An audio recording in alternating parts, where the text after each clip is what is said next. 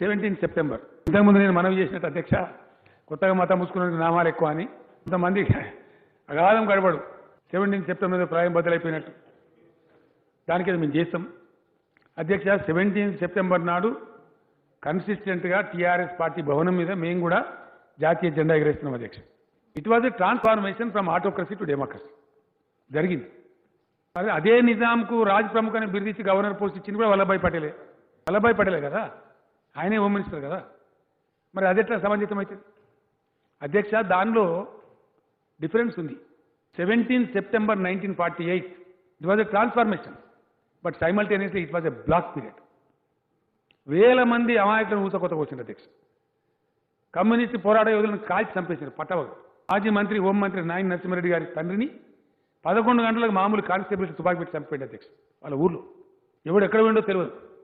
చాలా మందిని ఊసకొత్తకు గురి చేశారు. ఆ తర్వాత ఒక 4 ఏళ్ళు తెలంగాణ భయంకరమైన నరకం, 2 ఏళ్ళు అయితే భయంకరం. నల్లగొండ, వరంగల్ అనేకమైన జిల్లాల్లో దండుబాటలు ఉంటాయి అధ్యక్ష. దండు అంటే ఆర్మీ, సైన్యం పోవడానికి నిర్మించిన బాటలను దండుబాటలు ఉంటాయి, కనపడతాయి, ఉన్నాయి. జనరల్ జేఎన్ చౌదరి ఆధ్వర్యంలో 2 సంవత్సరాల పాటు చాలా క్రూరమైనటువంటి మిలిటరీ పరిపాలన. Those 2 years were black years for Telangana. చాలా భయంకరమైన పరిస్థితి. వేలాది మంది కొత్త వచ్చినారు. కమ్యూనిస్ట్ పార్టీ అంటే చంపేసినారు. ఇవన్నీ కూడా జరిగినాయి. దానిలో మిక్స్డ్ ఉంది కాబట్టి అదేదో హిందువులదో ముస్లింలదో పలానులదో కాదు. యావత్తు తెలంగాణ సమాజమే ఒక ట్రౌమాకు గురైంది, ఒక వేదనకు గురైంది.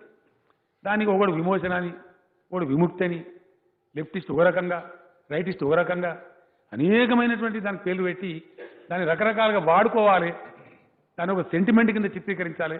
Yes, during the course of Telangana education as leader of the education నేను కూడా డిమాండ్ చేశాను. డెఫినెట్గా రాష్ట్రం వచ్చిన తర్వాత దాని గురించి సమగ్రంగా పరిశీలన జరిపితే దానిలో ఉన్నటువంటి సంక్లిష్టతలు మన మేధావులు, మన కవులు, బుద్ధిజీవులు చెప్పారు నాకు.